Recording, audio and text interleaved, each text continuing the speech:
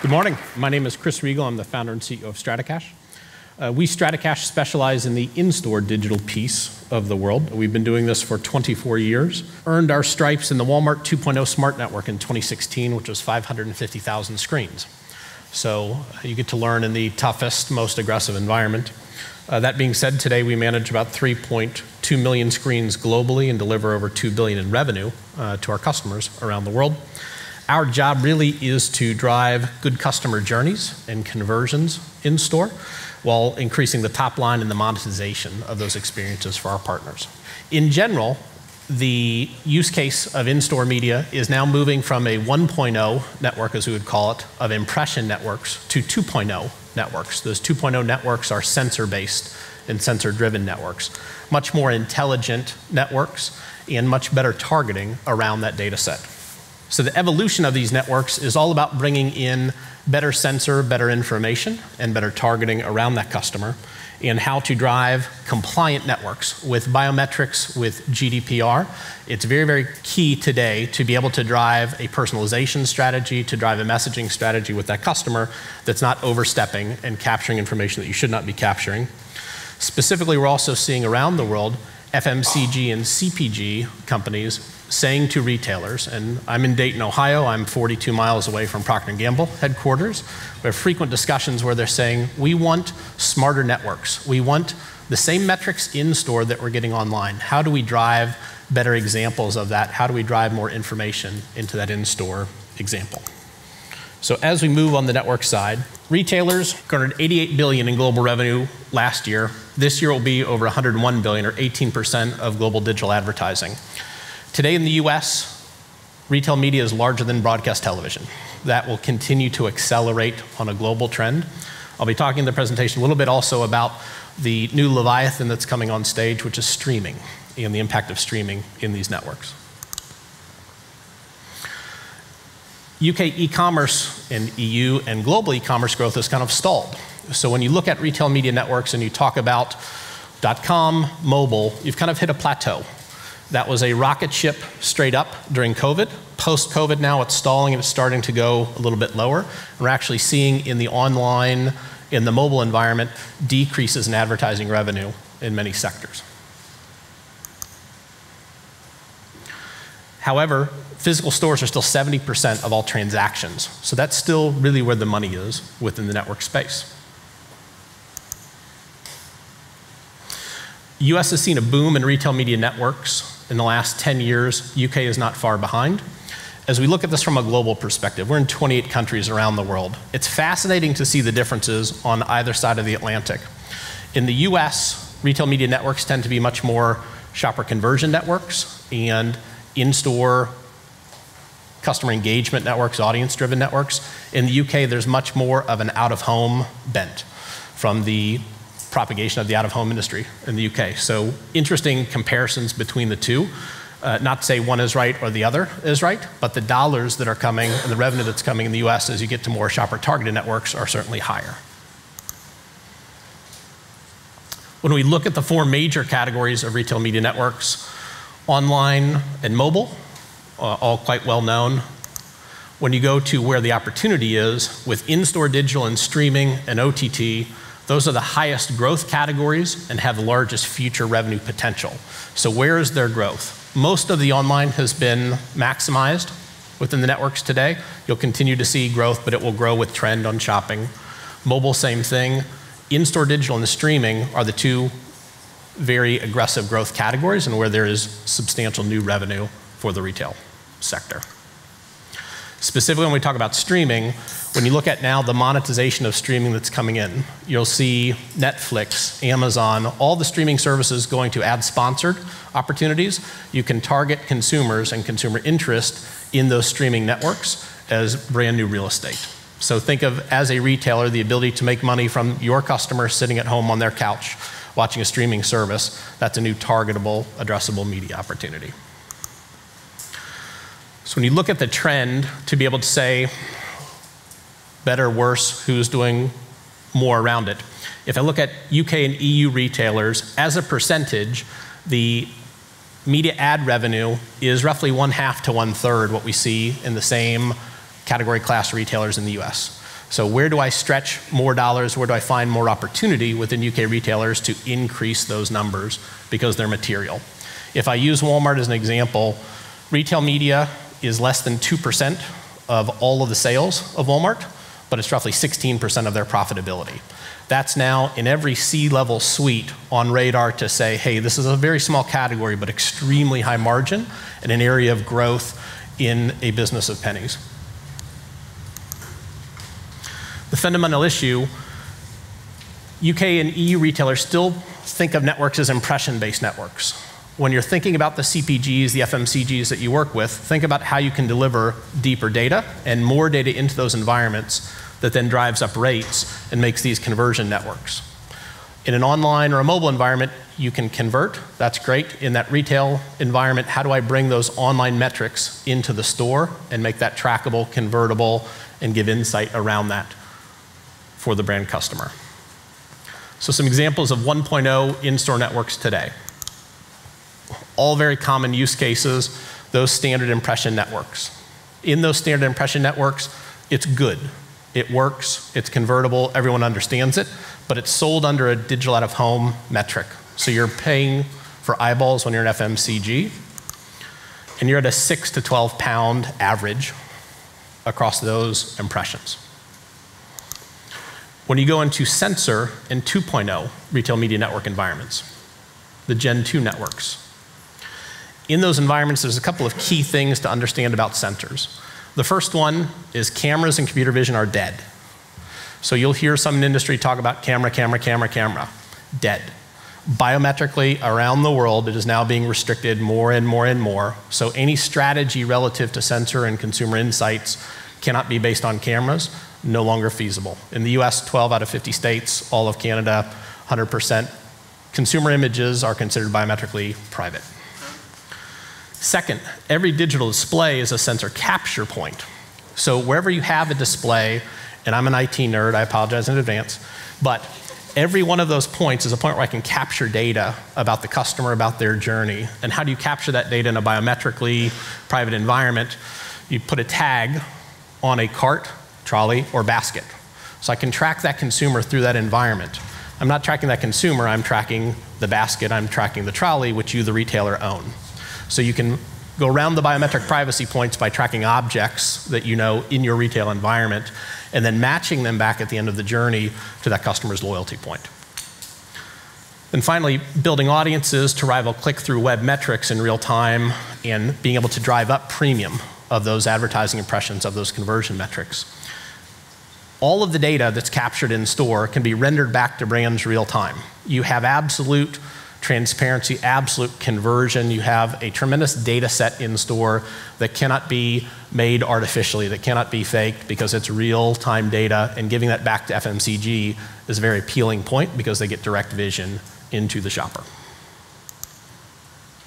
So understanding those sensors, what does that look like on a sensor point?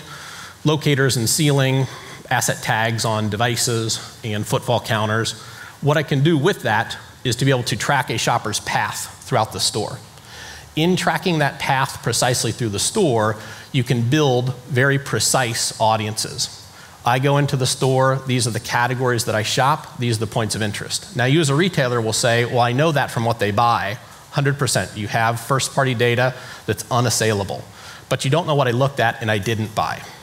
Do I walk into an electronics environment and say, hey, I really want to buy that large screen TV, I'm going to go look at that for 20 minutes, 30 minutes, but I'm not walking out with that today. The fact that I showed interest in that is monetizable back to the consumer electronics brands. Where can I build out more precise information about that customer for direct conversion from an advertising perspective, number one. Number two, where can I learn more about how to serve my customer better? You know when they checked out of the store, you don't know how long they are in there. You don't know the categories that they shopped but did not buy. If I know you're interested in a particular category, then that can be retargeted on mobile, on .com, and on in-store with precise targeting in-store to be able to say, did you not buy because of price? Did you not buy because of selection? How can I test and go deep with that data set? I'd challenge every retailer in the group to say, think of that store as the most data-intensive opportunity, and you know what a customer does online with every click, everything they looked at, everything they went through. bring that same visibility in store on the sensor side, and you can then micro-target or hyper-target that customer both in store and through other types of media.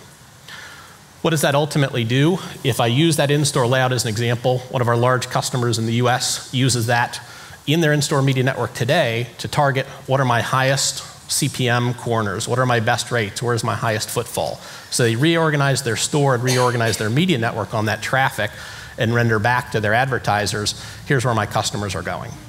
And then start to build out those micro audiences. On the concept of micro audiences, think about using in-store data to build audience profiles and subgroups that you can then retarget in-store, online, and at home.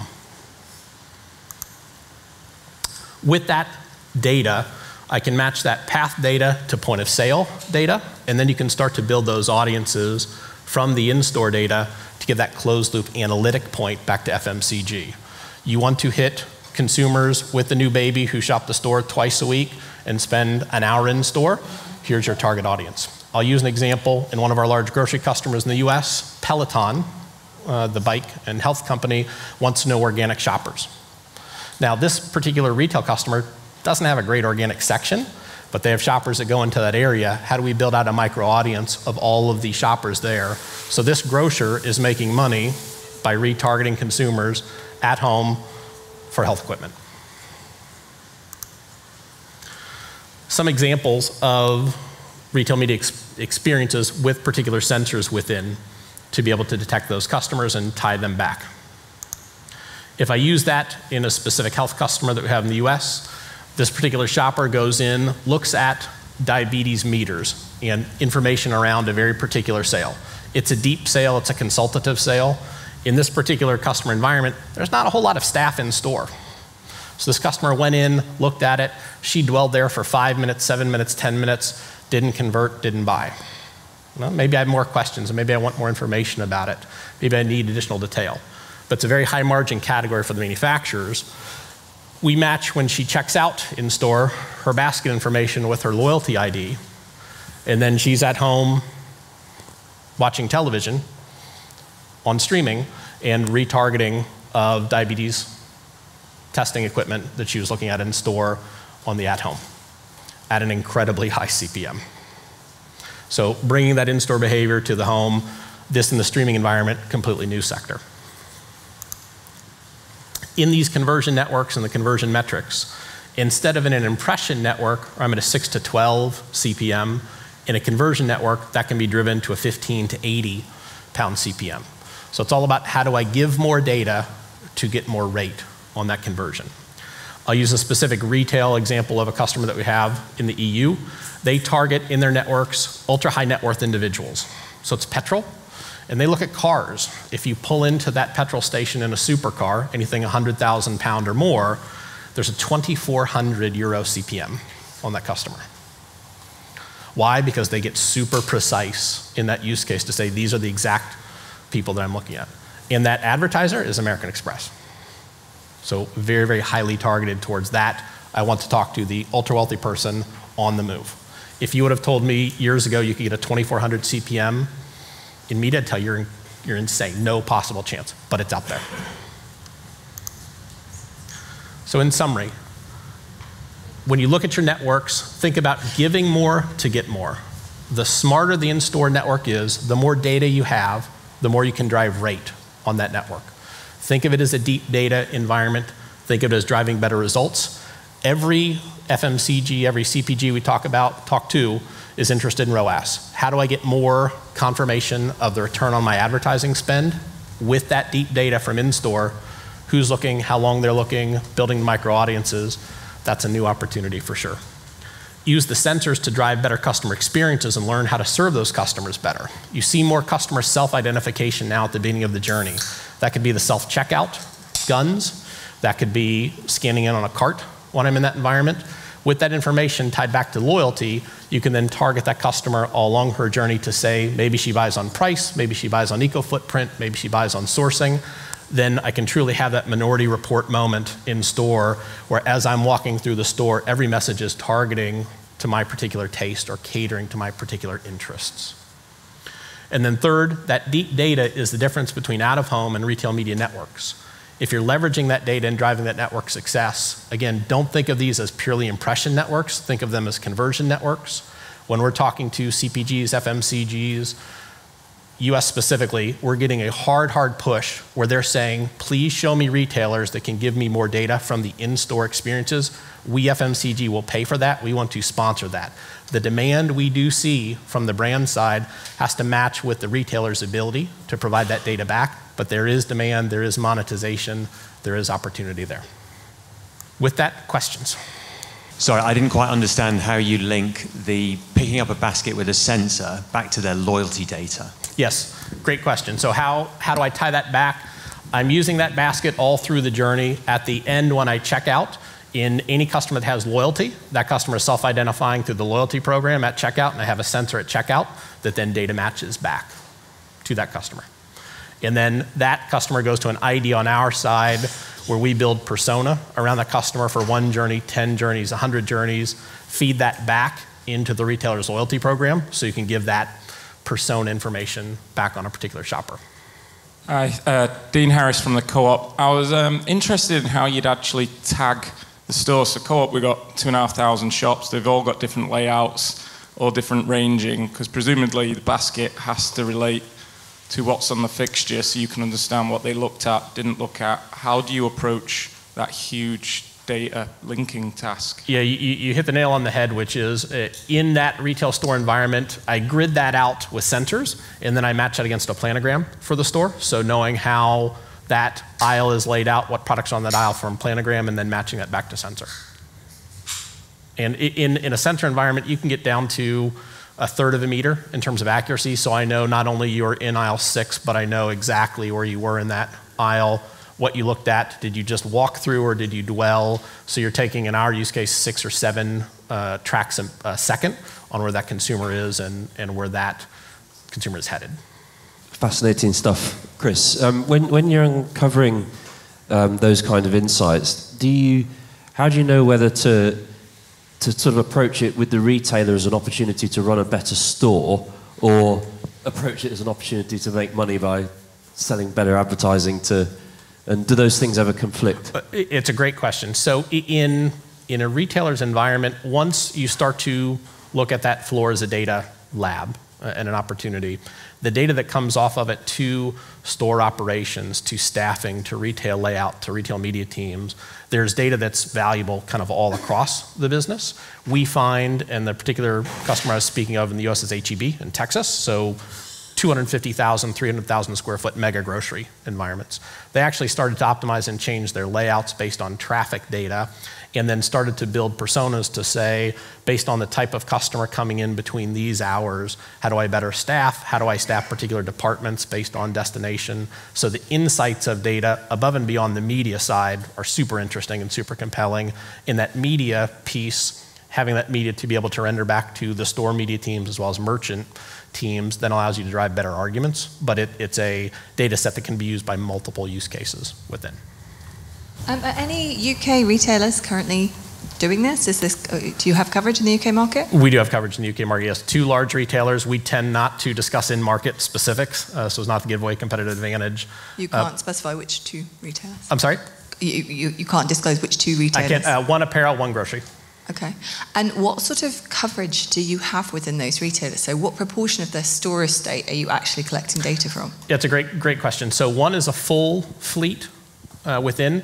The other is 10% of fleet, so they're doing insights and then taking that to all stores. So we'll see some customers that will say, I want to look at my store footprint. Maybe I have large centers, I have metro centers, I have convenience. So I want to do a subset of each. I want to learn from those and then take it into my larger fleet in terms of what I've learned. In the going full fleet with sensors, that usually comes to an absolute personalization strategy. I think where the market is going, and I say think as opposed to know, but as you see more customer identification at the beginning of that journey, you're likely to see in the next 1, 3, 5 years more customer participation of some form of scan-in or self-identification at the beginning of the journey, and then customized messages, customized offers all throughout that journey on the digital displays within. So in our strategy where we drive those digital displays and then we're tying the sensors back, how do I, as a customer, get that kind of concierge level service? How do you target towards my tastes? How do you target towards what I want? In store, the same way you would if I were profiled online, and in the online environment, you're making suggestions, you know me, you know my points of interest. Super, super fascinating. I just wanted to understand how you deal with the point of accuracy. So we're seeing that store staff are being stripped out of stores, products are being put in places where maybe the planogram doesn't suggest. Yep. Promotions are changing every 3 weeks, sometimes every 6 weeks. How do you ensure that the scanning and then the data that is delivered to us, the brands, or to the retailers, is accurate to drive those insights? Great question. So anytime you're resetting a store, it can be a challenge that you have to then know, hey, there's a planogram reset, now we have to update this data. I'll use Sam's Club, one of our customers. It's a little bit overly nerdy, but somewhat fascinating. They have these automated tenant floor scrubbers. So on the automated tenant floor scrubbers that drive through the store, we hook cameras to those, and then we're capturing images of all the products each night to update the planogram automatically on an ongoing basis. So I think you'll see more and more, A, I'd love to have perfect planogram information from the stores, but B, as you're seeing service automation points of things as simple as a floor scrubber, equipping those to update the planogram is really an interesting use case to then drive that accuracy. Thank you very much.